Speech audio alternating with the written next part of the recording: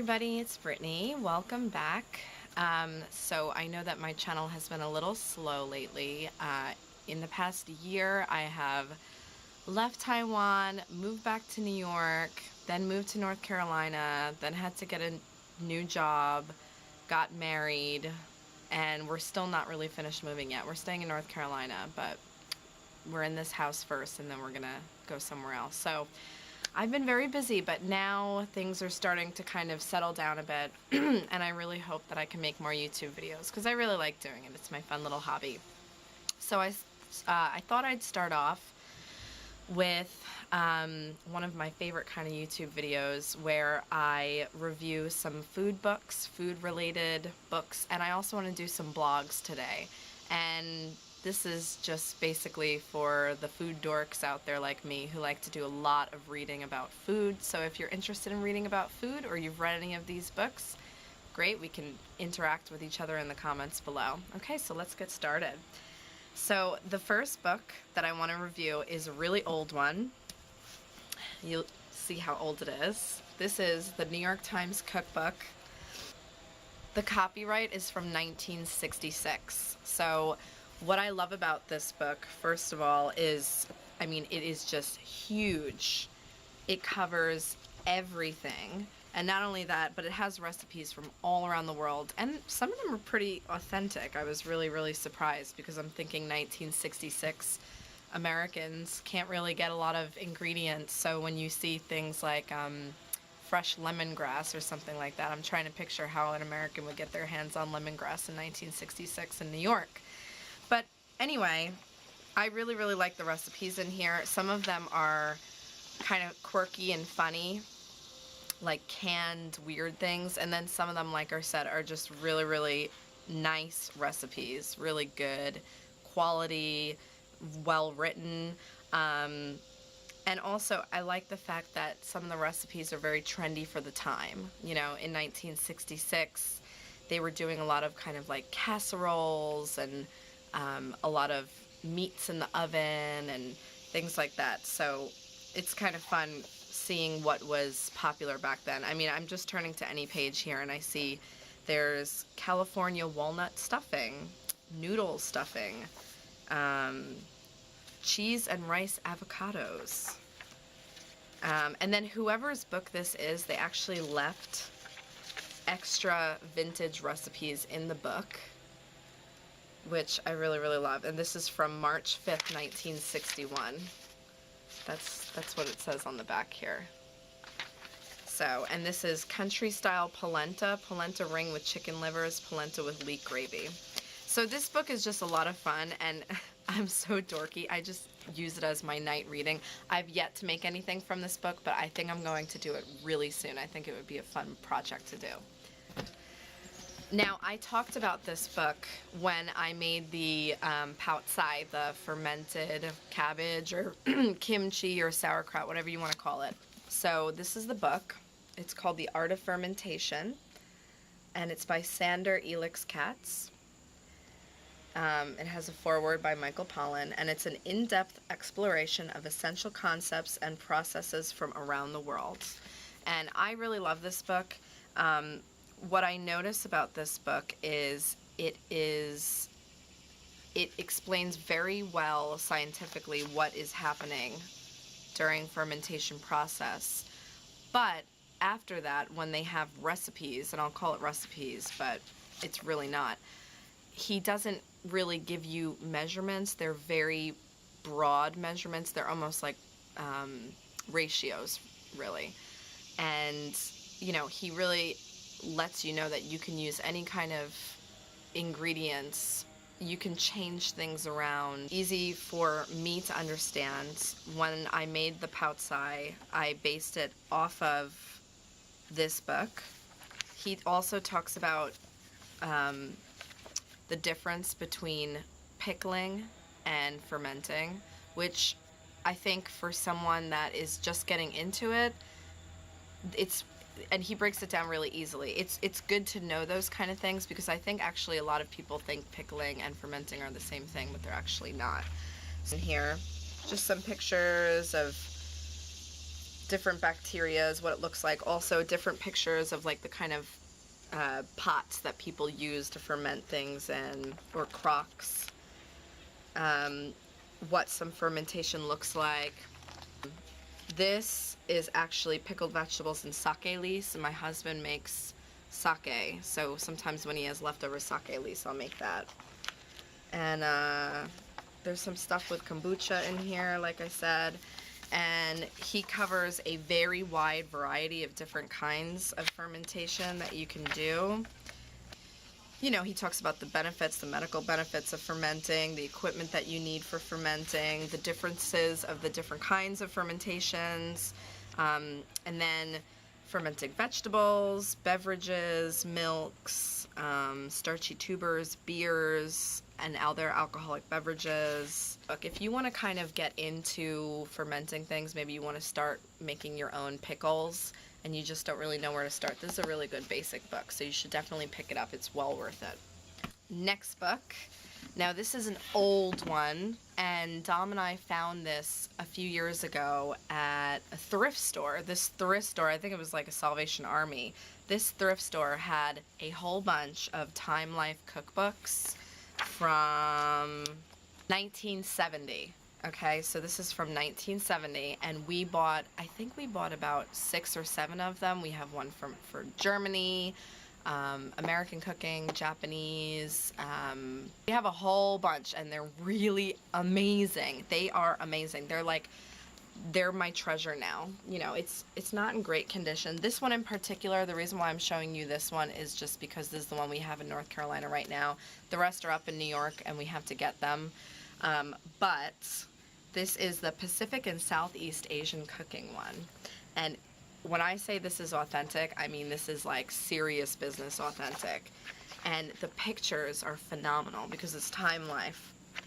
And it's just all these like really old school pictures. I just love it. And then they talk about the culture of the food and the people. Like this one, they're talking about the Polynesian islands and Hawaii, and there's like different Hawaiian recipes, and now we're in Tahiti, and doesn't that look amazing? I really, really, really love the pictures. And let's see, Indonesia. I mean, look at this amazing picture. Okay, and these recipes are serious business. I mean, gado-gado from Java, raw and cooked vegetables with peanut and coconut milk sauce. And if you see the list of ingredients, and they're all authentic, they're not trying to,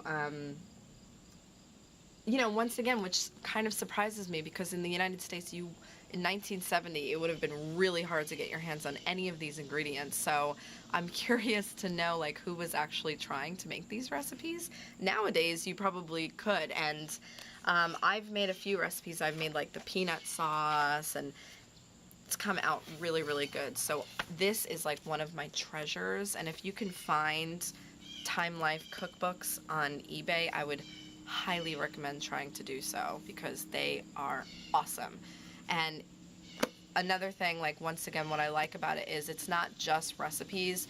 They talk about like why these recipes are popular from that country, when families make these recipes, what it symbolizes, the different foods that are native to the places that they're talking about. So this is, and the pictures, like once again, are just amazing.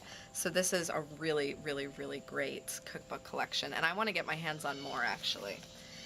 Okay, and then the last but not least, and this is a new cookbook, and so I would highly recommend getting this if you're into Japanese cooking, if you're into like izakaya, not really like fancy Japanese, but more like soul cooking, I guess you can say, then you have to pick this book up. It is great.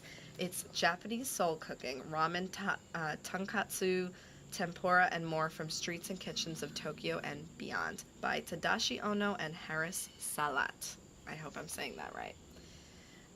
So Dominic picked this book up, and it had really great reviews, I think on Amazon, and which is why he picked it up. Okay, we made this which is called Kani Cream Karaoke, and it came out perfect. It looked exactly like this. I mean, we followed it step by step because, you know, obviously we're amateur Japanese cooks. We have no idea, so we didn't feel comfortable kind of messing around too much. And it just came out so good that it was mind-blowing, and it was so tasty. It was so good.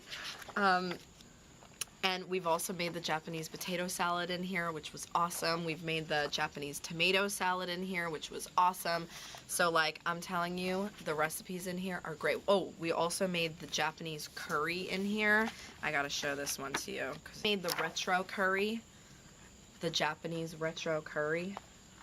And it surprised me because there's actually an apple in here, which was so nice. It made it just tiny bit sweet. It really like balanced it out. It came out, it's like a perfect winter dish. I'm definitely going to be making this again this winter. But the pictures are really fun. Okay, the pictures are really great. And they give you a little bit of background history. And another really fun thing about it is they even have a section. Let's see, here's a nice picture. They even have a section on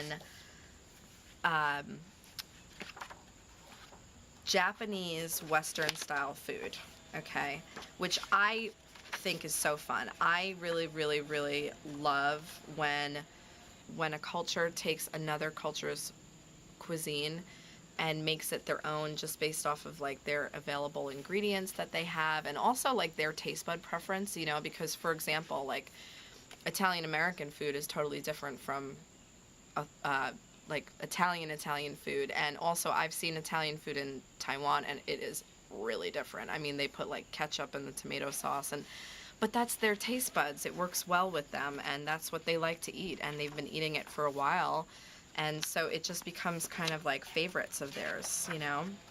Okay, so I would highly recommend this book. It was really a lot of fun, and it's a great book, and like I said, we had no problem following the recipes and having it come out really nice. Alright, and then the last thing I want to talk about are some food blogs that I really like, and one of them I've been reading for years now, and then the other two are relatively new within like the past year, and I've been really enjoying them.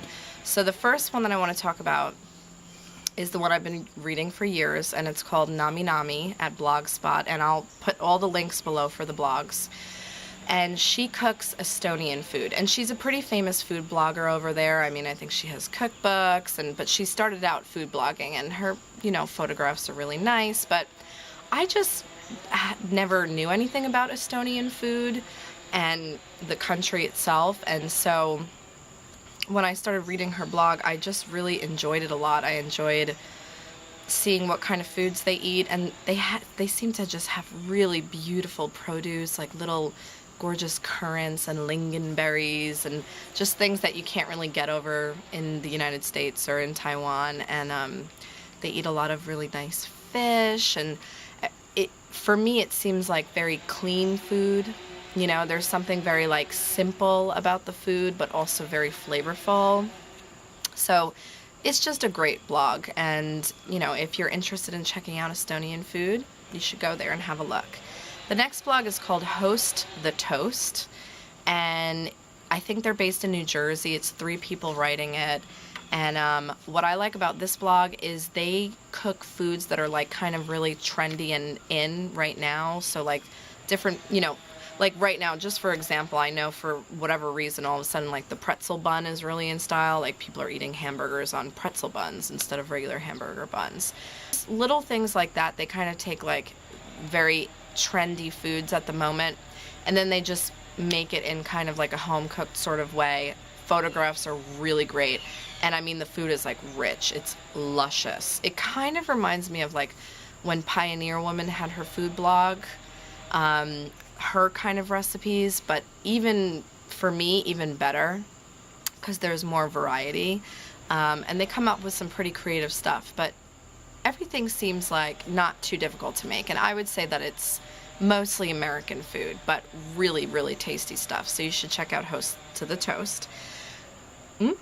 Host the Toast. And then the last blog I want to talk about, which is amazing, and if you haven't checked her out, then you really need to. Lady and Pups. She is based in, I think she's in Beijing. Yeah, I think she's in Beijing. And she is, I think, either Taiwanese-born American or Chinese-born American. I'm not really sure.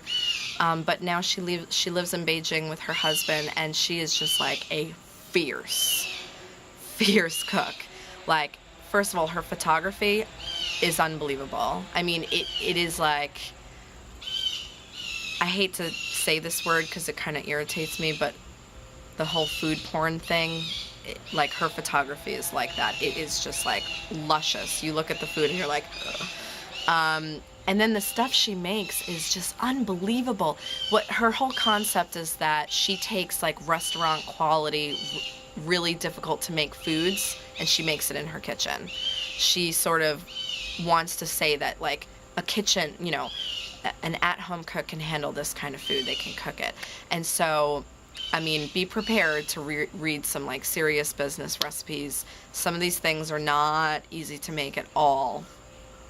Some of them take like days to make, and she puts a lot of care and effort into her recipes. She probably does a lot of research first. I'm not really sure how she ends up doing it, but it is just a beautiful blog. She's really funny. She's a great writer.